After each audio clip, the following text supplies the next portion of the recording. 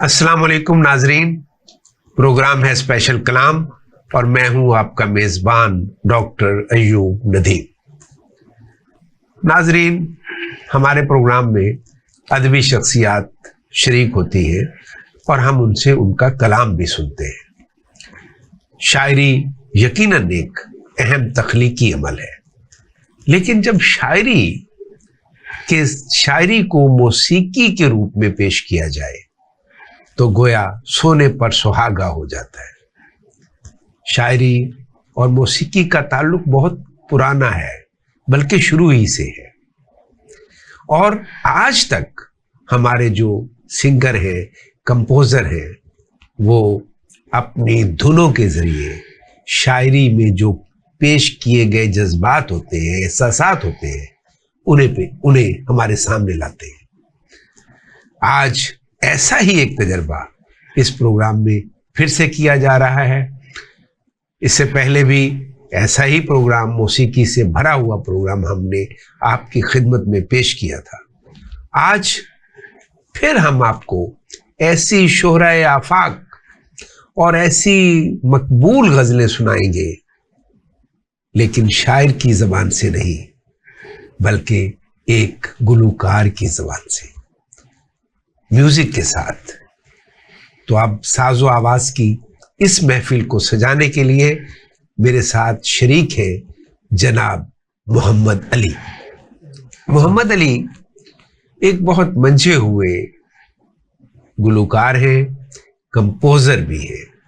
उन्होंने बहुत से गीत गाए हैं, बहुत सी गजलें भी गाई हैं और इस तरह की दीगर असनाफ में भी तबा आजमाई की है। बहुत अच्छा गाते हैं। अब न देखेंगे आप तो आपको देखने में भी बहुत अच्छे लगेंगे। मैं उनकी उम्र नहीं बताऊंगा, क्योंकि अगर उम्र बता दूंगा तो आप हैरान रह जाएंगे। तो आइए मुलाकात करते हैं जनाब मोहम्मद अली से। मोहम्मद अली साहब, खुशामदीद आपको इस प्रोग्राम में। शुक्रिया सर, शुक्रिया कि आप इस प्रोग्राम में तशरीफ लाए। कितना अर्सा हो गया गाते हुए? तो सर कोई 35, 40, 35 साल हो गए। 25, 35? हाँ जी, बिल्कुल 30-35 साल हो गए आपको गाते हुए। बिल्कुल ऐसा। तो क्या कुछ गाया आज तक? यानी गजल गाई? गजल भी गाई मैंने, गीत भी गाए हैं और दूसरों के गाए हुए गजलें गीतों गाते रहता इंसान। मैंने कोई 20-25 जो है ना, वो मेरे अपनी कंपोजिशंस गजलों की, गीतों की रिकॉर्डिंग में है। अच्छा जी, जो आपने खुद कंपोज की? मैंने खुद कंपोज की हैं और उसमें कुछ चंद ऐसी भी जिनके लिरिक्स भी मैंने खुद लिखे। अच्छा, लिखे भी खुद? जी जी। वाह जी वाह, ये शायरी वाला काम भी आपने खुद ही संभाल लिया। ये भी तो शायर क्या करेंगे? उनकी तो रोजी जो आप बंद कर देंगे। लेकिन मैं ज्यादा प्रेफर यही करता हूँ कि किसी शायर का कलाम जो है उसको कंपोज करूँ। वो बस वो बन के कुछ ऐसा कोई जमाना था। अच्छा अच्छा। और ये जो आपका जो 30-35 साल का मौसीकी का सफ़र है जी, तो इब्तदा कैसे हुई? इब्तदा ऐसा हुआ कि जब मैंने गवर्नमेंट कॉलेज लाहौर में दाखिला लिया FSC में, तो वहाँ पे एक म्यूज़िक सोसाइटी है जिसे कहते हैं नज़ीर अहमद म्यूज़िक सोसाइटी। सही।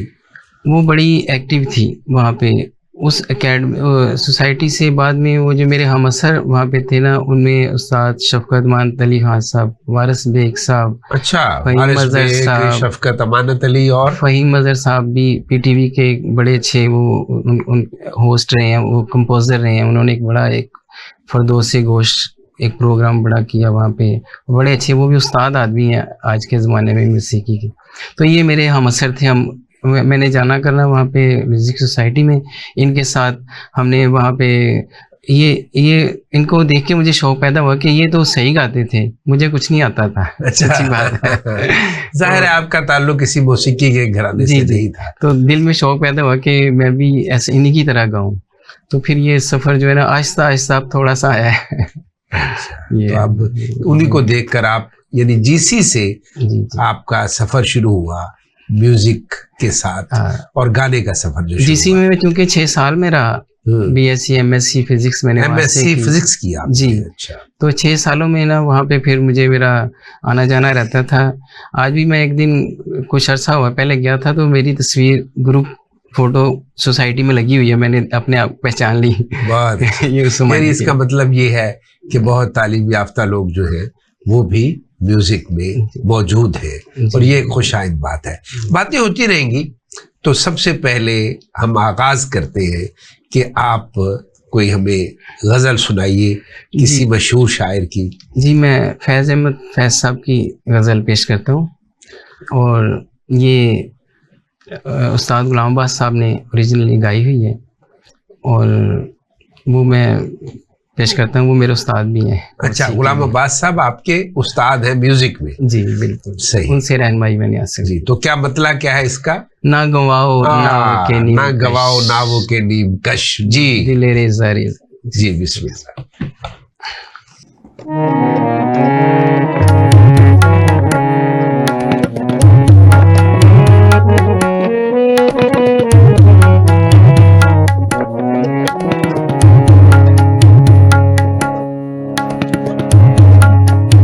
ना गवाओ नाव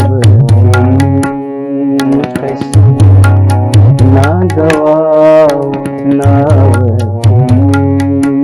कश, दिल रेज़ा रेज़ा गवा दिया, ना गवाओ नाव कश, दिल रेज़ा रेज़ा गवा दिया, जो बचे हैं संग समेट लो, जो बचे हैं संग समेट लो, तन दाग दाग लुटा दिया, ना गवाओ ना क्या कहने, क्या कहने।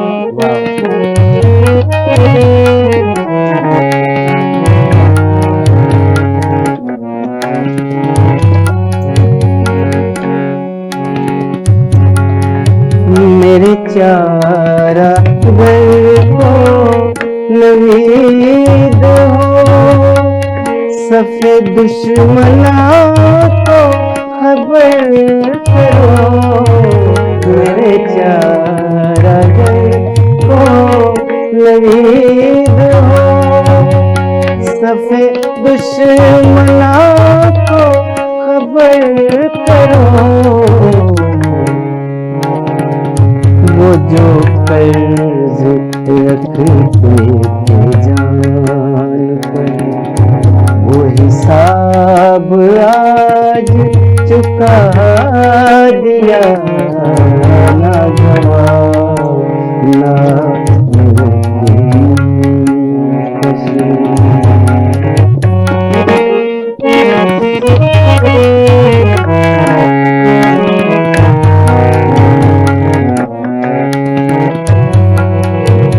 करो खज जबी पे सरे कफन, मेरे कातिलों को गुमान हो, करो खज जबी पे सरे कफन, मेरे कातिलों को गुमान हो, गरूर इश्क का बाकपन पसे मर्ग हमने भुला दिया, ना गवाओ ना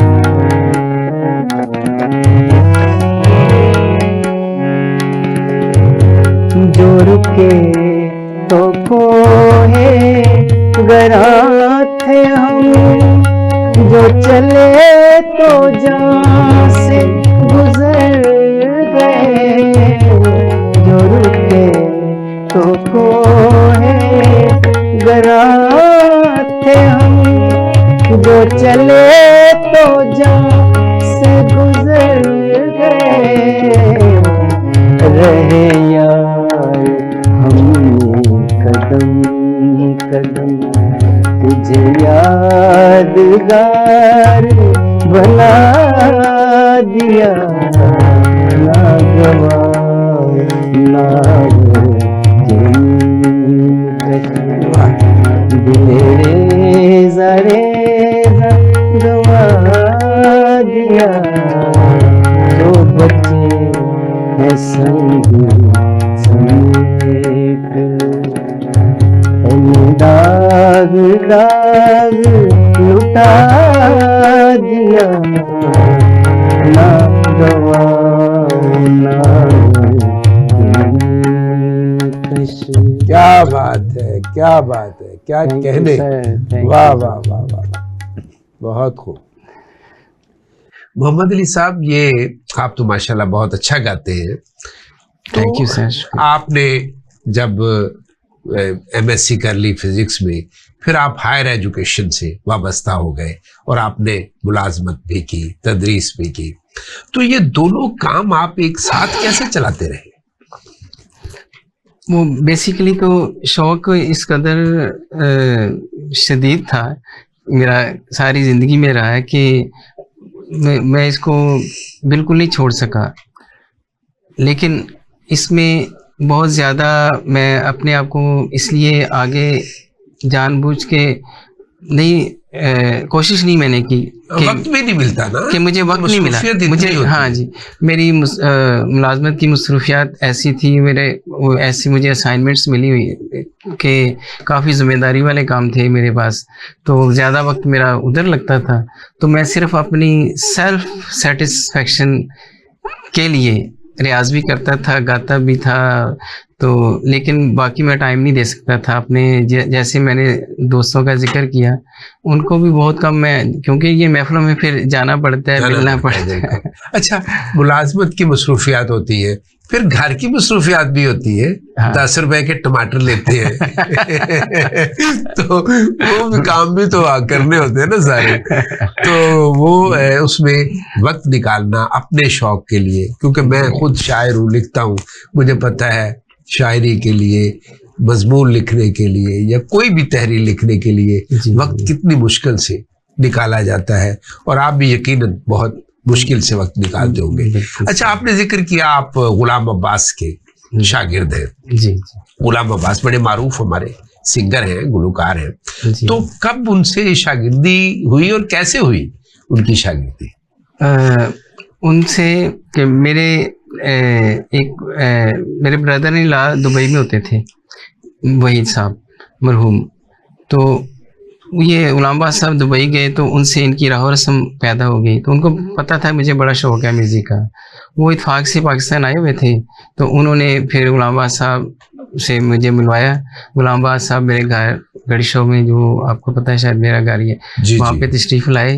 तो फिर वो मेरे पास वो तस्वीरें मोबाइल में पड़ी हैं कि वो मुझे गंडा बांध रहे हैं। अच्छा, गंडा भी बांधा? गंडा बांधा है जी, बाकायदा मिठाई खिला रहे हैं।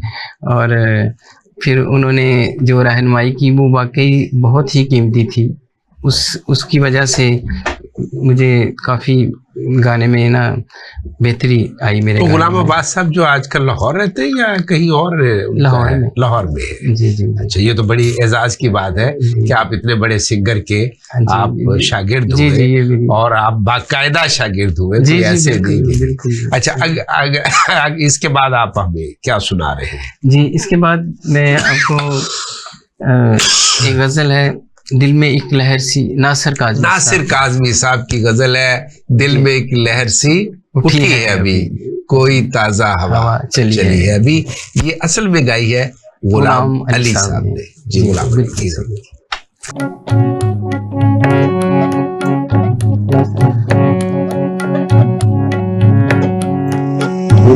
एक लहर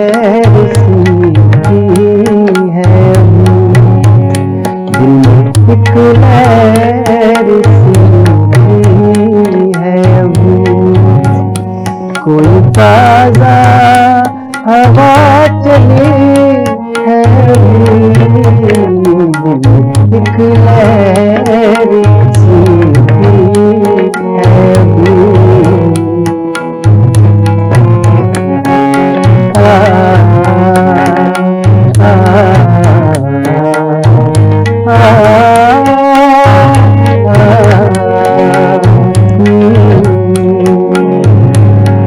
शोर बरपा है खाने दिल में,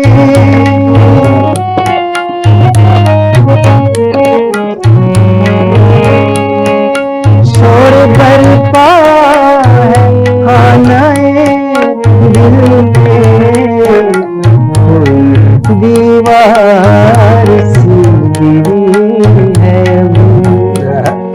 कोई दीवार सी गिरी है कोई ताजा हवा चली है एक लहर सी गिरी है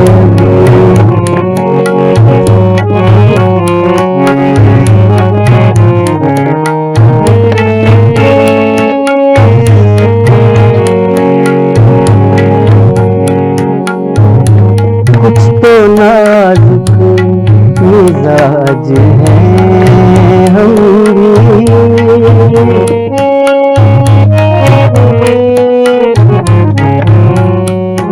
कुछ तो नाजुक मिजाज हैं हम भी, कुछ तो नाजुक मिजाज हैं हम भी, और ये चोट भी नहीं है और ये चोट भी नहीं है कोई ताजा हवा चली है एक लहर सूखी है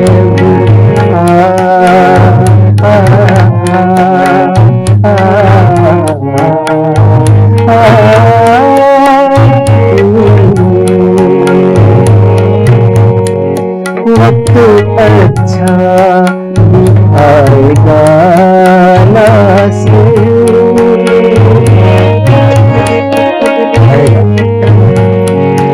वक्त अच्छा भी आएगा नासिर, गम न कर जिंदगी बड़ी है गम न कर जिंदगी बड़ी है कोई ताजा हवा चली है एक लहर सूखी है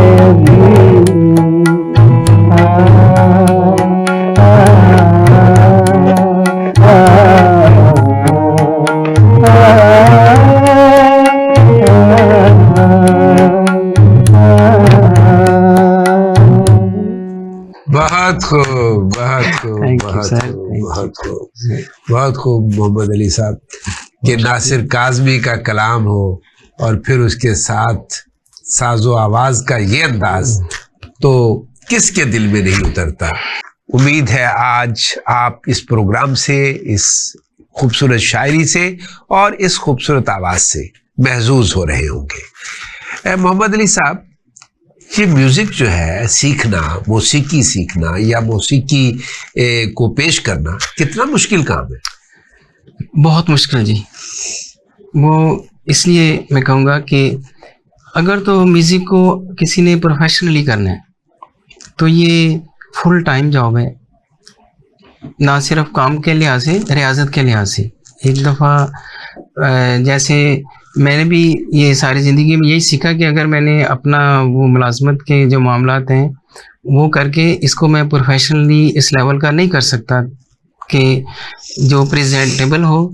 और तो जिसने तो ये समझता है कि मैंने म्यूज़िक को एज ए प्रोफेशन करना है, तो वो फिर वो भूल जाए कि उसने और कोई काम करना है। और कोई काम नहीं कर सकता, ना, ना। फिर बतौर प्रोफेशन सिर्फ म्यूजिक ही करे। हाँ जी, इतना ही मुश्किल है। सही। इसमें बहुत रियाजत करनी पड़ती है। और ये मेरे उस्ताद ने भी मुझे यही सबक दिया था। जो उनके सबक देने से पहले तो मैं समझता था कि ये बस ऐसे ही थोड़ा बहुत करने से आ जाता है, और कोई कच्चा पक्का गाना भी गा लेता था। लेकिन जब उनका जो, जिसमें कोई 4 घंटे रोजाना की रियाजत कम से कम बनती है। 4 घंटे? ये मैं ऑन एयर इसलिए बता रहा हूँ कि मेरे उस्ताद जी ने मना नहीं किया कि आपने, वो बड़े बड़े दिल के और बड़े आला इंसान हैं। वो कहते हैं कि मैं सही सच्चा सबक बताता हूँ, अब आगे उसकी मेहनत जो कर ले बन सकते हैं। हाँ, मेहनत तो आपके जिम्मे है आपके ना जी। जिम्मे। तो ये इतना ही मुश्किल है कि इतना बंदा आम लाइफ में नहीं निकाल सकता टाइम। अमूमन लोग कहते हैं ना जी कि म्यूजिक सीखते तो उम्रें बीत जाती है, और इस तरह के जुमले तो आमतौर पे हम सुनते हैं। वो इस सेंस में कहते हैं कि एक इल्म के तौर पे भी आप कितने राग सीख लेंगे, समंदर है। लेकिन एक कम से कम जो लिमिट है ना, कि आप प्रोफेशनली गाएं, कोई आप सुर लगाएं तो लोग कहें कि वाह ये बहुत अच्छा है, हम इसको दोबारा सुनना चाहते हैं। तो उसके लिए फिर इतनी रियाजत करनी पड़ती है, वरना वो सुर फीका रहता है। वैसे मेरा मशवरा है कि अब आप मुलाजमत तो ऐसे तो आप छोड़ दी आपने, तो अब इसको बतौर प्रोफेशन आप इख्तियार करें। जी, मैं प्रोफेशनली शायद कर सकूं या ना, लेकिन आपका ये मशवरा जो है ना, मैंने ऑलरेडी मेरे दिमाग में ये बात आई हुई है कि पहले तो मुझे वक्त नहीं मिला। ये एक्सक्यूज़ है। मैं कह सकता हूँ कि मैं उस लेवल का गाना अगर नहीं प्रोफेशनल लेवल का कर सका तो मेरे वक्त नहीं मिला। लेकिन अब मैंने डिसाइड किया है कि इंशाल्लाह कुछ अरसे के बाद आप मुझे देखेंगे कि मैं ना इस लेवल का म्यूजिक पेश करूंगा इंशाल्लाह, के जो प्रोफेशनल लेवल का होगा। हाँ, जो प्रोफेशनल लेवल का हो। Exactly, अब आप हमें क्या सुना रहे हैं जी? अब मैं अपने उस्ताद जी की एक गाई हुई गजल, और यानी गुलाम अब्बास साहब की गाई हुई गजल। किसकी गजल है? ये असलम अंसारी साहब की गजल। मैंने रोका भी नहीं और वो ठहरा भी सही नहीं, पहचाना है। हादसा क्या था जो इस दिल ने भुलाया भी नहीं। ये ट्रिब्यूट भी है हमारी तरफ से। पिछले दिनों असलम अंसारी साहब का इंतकाल हुआ। मुल्तान से उनका ताल्लुक था, बहुत मशहूर नामवर शायर थे। जी तो आप जी मैं जी इरशाद। मेरे उस्ताद जी ने तो ये बहुत ही अच्छी गाई है, तो वैसा तो नहीं, लेकिन कुछ पेश कर।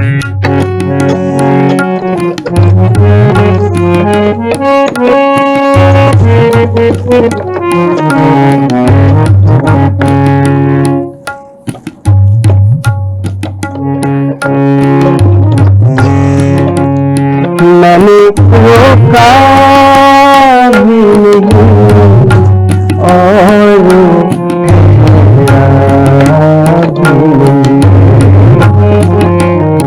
मैंने रोका और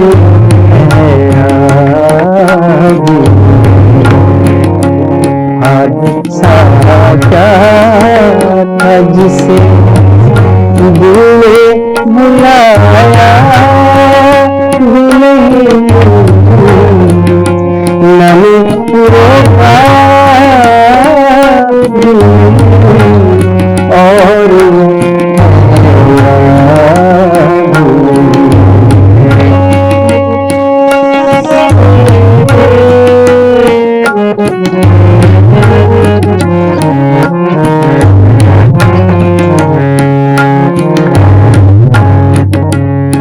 जाने वालों को कहाँ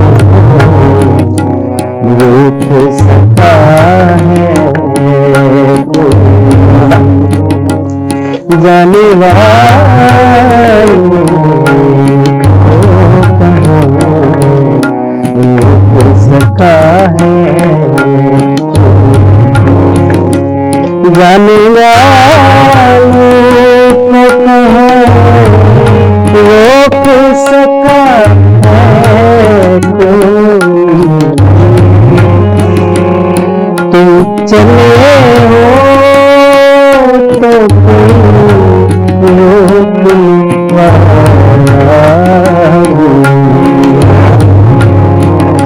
हादसा क्या था जिसे ये बुलाया नहीं, मन रोका भी और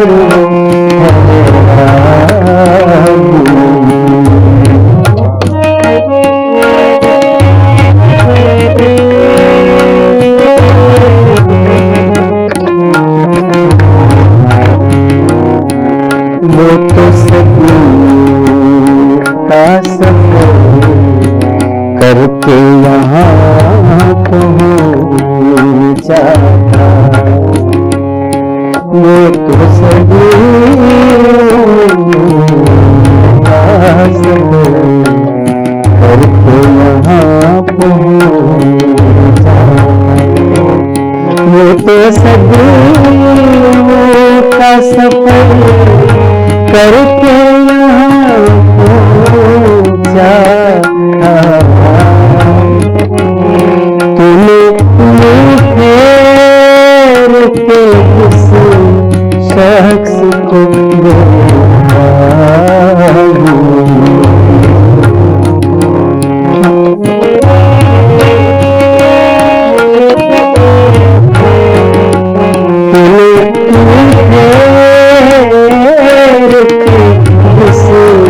शख्स को देखा, हादसा क्या था जिसे ये बुलाया भी नहीं, मैंने रोका भी और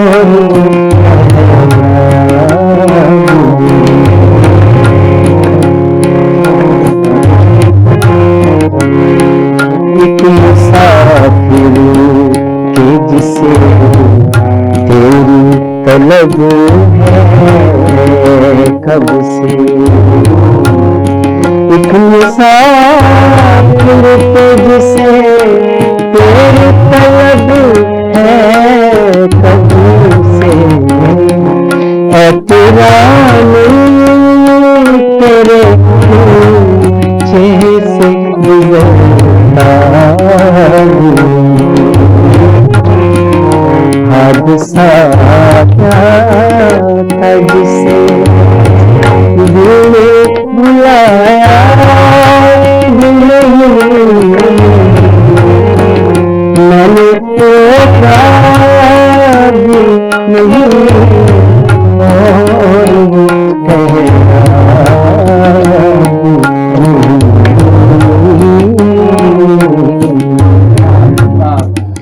thank you sir, thank you so much. अच्छा मोहम्मद अली साहब, मैंने एक बात नोट की आपकी गायकी में, और वो है आपका तलफ़ुज़, कि बहुत कम होता है कि जो तलफ़ुज़ है वो इतना अच्छा हो गाने वाले का। एक हमारे पास मिसाल है, वो है मेहदी हसन की। उनका तलफ़ुज़ बहुत उम्दा था, और ख़ातीन में भी फरीदा खानम, और जो हमारी वो जो इकबाल बानो का भी ठीक था, लेकिन मेहदी हसन का बहुत अच्छा था। ये जो तलफ़ुज़ है, ये इतना अच्छा आपको कैसे आप इसका ख्याल रखते हैं? बहुत ख्याल रखते हैं, मैंने देखा है जी। इसकी वजह मैं यही समझता हूँ कि जो एजुकेशन है वो यकीनन इंसान को पॉलिश करती है, और मैंने उर्दू अदब को पढ़ा मैट्रिक से लेके, यानी ये क्योंकि म्यूज़िक और अदब के साथ मेरा तल्लुक़ रहा है। और मेहदी हसन खान साहब का आपने जिक्र किया, तो मैं तो उनका मानने वाला हूँ, उनको फॉलो करने वाला हूँ। तो इस वजह से जो असातिज़ा है उनका मैंने कलाम समझ के, आपने शायद ये नोट किया हो कि मेरी कोशिश होती है कि मैं जो कलाम भी गाऊं, चाहे वो गीत हो, गज़ल हो, उसको समझ के गाता हूँ, उसको फील करके गाऊं कि क्या शायरी। तो जब आप तलफ़ुज़ उसका जब समझने की कोशिश करेंगे तो यकीनन तलफ़ुज़ मेरा ख्याल है बेहतर हो जाता है। बहुत अच्छे नाज़रीन, लेकिन मोहम्मद अली साहब ये नहीं बताएंगे कि इसमें कोई थोड़ा सा हिस्सा मेरा भी है। जब हम दोनों दयाल सिंह कॉलेज में इकट्ठे थे, ये फिजिक्स डिपार्टमेंट में थे और मैं उर्दू में था, तो मेरा ज्यादा वक्त फिजिक्स में गुजरता था। हालांकि उर्दू डिपार्टमेंट की बहुत सी जिम्मेदारियां मुझ पर थी, लेकिन हमारे दरमियान एक रिश्ता था, एक शायर का और एक सिंगर का। मोहम्मद अली साहब, अगला कलाम आप। जी, इसमें कोई बिल्कुल शक नहीं है कि आपकी सोबत का और मेरे पर यकीनन असर हुआ है। एक शायर, एक ड्रामा निगार, इतने बड़े आदमी हैं माशाल्लाह। आप तो आपके साथ हाँ, हम जब बोलते हैं या सुनाते हैं तो उसमें भी बहुत कुछ इंसान एक दूसरे सीखता से है। हाँ जी, सीखता है। हाँ, बिल्कुल सही है। ये सोबत का असर जैसे जो होता है। बहुत मेहरबानी। और नेक्स्ट क्या है? जी, मैं अब आपको, जैसे मैंने अर्ज किया था कि कंपोजिशन का मुझे शौक है। मैंने काफी गजलें, गीत कंपोज किए हैं, तो अपनी कंपोजिशन। अच्छा, आपकी अपनी कंपोजिशन जी, है। जी। कलाम किनका है? जफर इकबाल साहब। अच्छा, जफर इकबाल साहब का है। वाह वाह। जफर इकबाल अहद हाजिर के बहुत नुमाइंदा शायर हैं, और आप जानते हैं उनका ताल्लुक तो ओकाड़ा से था, लेकिन हमेशा लाहौर में रहे। जफर इकबाल जदीद गजल के एक उम्दा शायर है, और इनकी गजल है, उनका सर एक ज़ुबान ज़द आम एक शेर था जो मैंने कहीं से पढ़ लिया और मुझे इतना अच्छा लगा कि फिर मैंने उसको यहाँ किसी को भी हस्बे आरज़ू न मिला, किसी को हम न मिले और हमको तू न मिला। जी, हो जाए। यहाँ किसी को भी कुछ हस्बे आरज़ू न मिला, यहाँ किसी को भी कुछ हस्बे आरज़ू न मिला, किसी को हम ना मिले, किसी को हम ना मिले, और हमको तू ना मिला। यहाँ किसी को भी कुछ हस्बे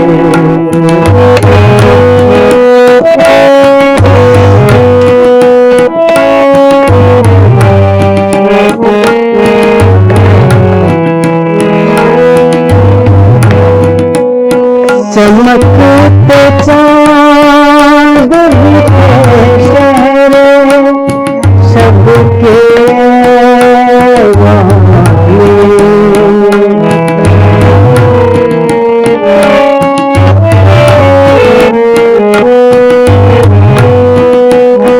चमकते चाँद बिखरे शहरे सबके निगार वंसा मगर कोई, निगार वंसा मगर कोई शम्मे ना मिला। यहाँ किसी को भी कुछ हस्बे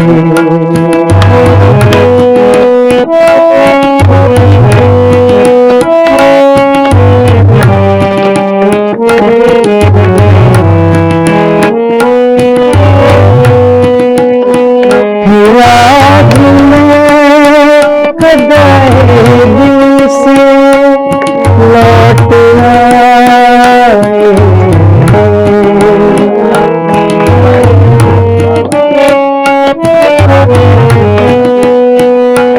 राज में कदाए दिल से लौट आए, राज हमको ठिकाने का, राज हमको ठिकाने का, हम सब ना मिला।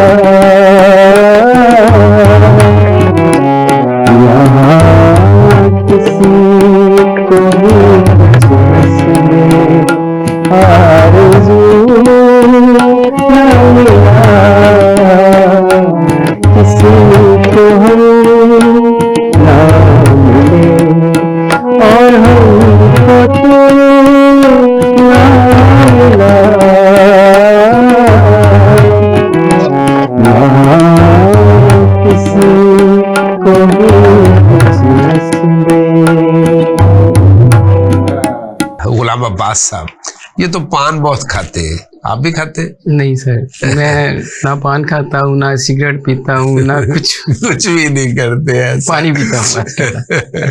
अच्छा, ये जो गुलाम अब्बास साहब तो आपके उस्ताद हैं, इनके अलावा भी कुछ ऐसे सिंगर हैं जिनसे आप मुतासर हुए हो? जी जी। जिन्हें मैं जिनको बहुत पसंद करता हूँ, जिनका गाने सुनता हूँ, उनमें मेहदी हसन खान साहब हैं, हुसैन बख्श गुलू साहब हैं, और सराद पारसी, मोहम्मद रफ़ी साहब हैं, किशोर साहब हैं, और लता मंगेशकर, मैडम नूरजान। ये लोग जो है ना, इनको मैं सुनते हुए थकता नहीं हूँ। अच्छा अच्छा। गुलाम अली साहब भी हैं, गजल गायकी में खास तौर से गजल गायकी में गुलाम अब्बास साहब, मेहदी हसन साहब, गुलाम अली साहब, गुलाम नाम, हाँ, उनका नाम तो हमारे बहुत नामवर ये लोग हैं, और इन्होंने गजल की गायकी को जिंदा रखा है। बहुत बहुत जबरदस्त। तो ऐसा ना किया जाए कि जो आपका लास्ट आइटम है उसे सुनने से पहले मैं नाजरीन से इजाजत ले लूं, और फिर आप वो आखिरी आइटम हमें सुनाएंगे। जी जी। तो नाजरीन, ये जो आज की महफिल है, इसमें आपने खूबसूरत कलाम सुना, खूबसूरत आवाज में सुना, खूबसूरत धुनों में सुना। ये महजूज होने का अमल है। ये हमारी शायरी से जो दिलचस्पी है, जो मोहब्बत है, ये उसका एक हिस्सा है। मैं यही आपसे इजाजत चाहूंगा, लेकिन आखिर में हम मोहम्मद अली साहब से सुनेंगे वो नज्म फैज साहब की, जो आज हर दिल में, हर जहन में, हर किसी के जज्बों में गूंज रही है। तो इसके साथ ही डॉक्टर अयूब नदीम को इजाजत दीजिए, लेकिन आखिर में आप ये नज्म जरूर सुनिए। अल्लाह हाफिज।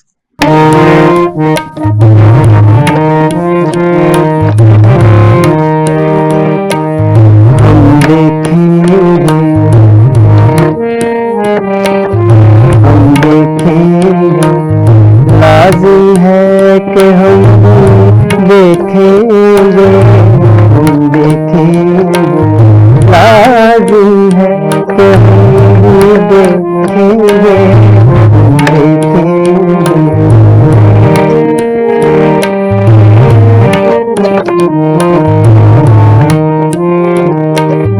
वो दिल के जिसका वादा है हम देखेंगे, जो लोहे अज़ल में, जो लोहे अज़ल पे लिखा है हम देखेंगे, लाज़िम है कि हम देखेंगे, हम देखेंगे।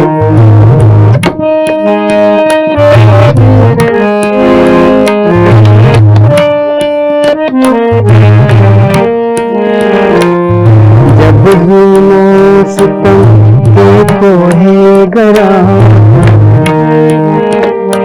जब ज़ुल्म सितम के कोहे गरा, की तरह उड़ जाएंगे,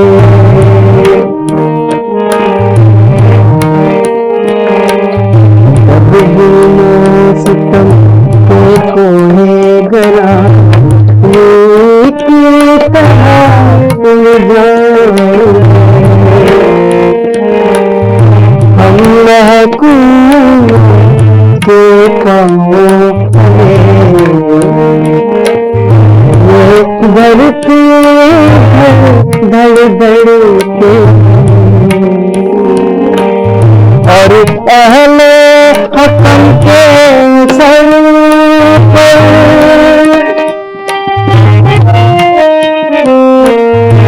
और अहले हकम के सर पर जब बिजली कड़कड़ करके हम देखेंगे, लाज़िम है कि हम देखेंगे, हम देखेंगे।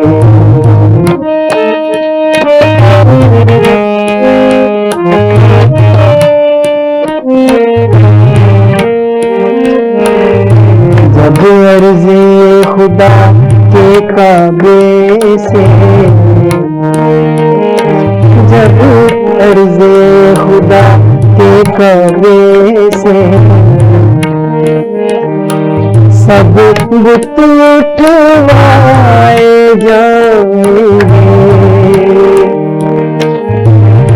हम अहले सफा मरदूदे हम मसनद पे बैठाए जाएंगे।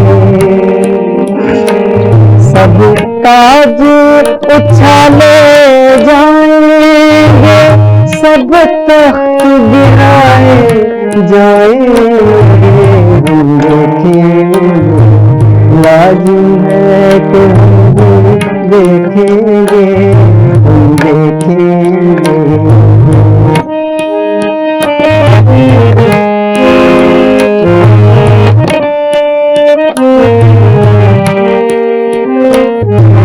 बस नाम रहेगा अल्लाह का,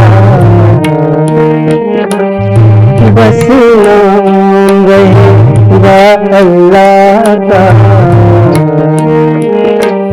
जो गायब है हाजिर भी, जो मंज़िल भी है नाज़िर भी।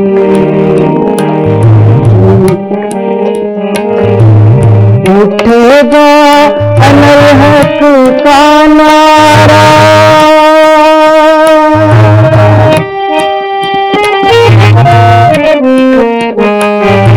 उठेगा अनल हक का नारा।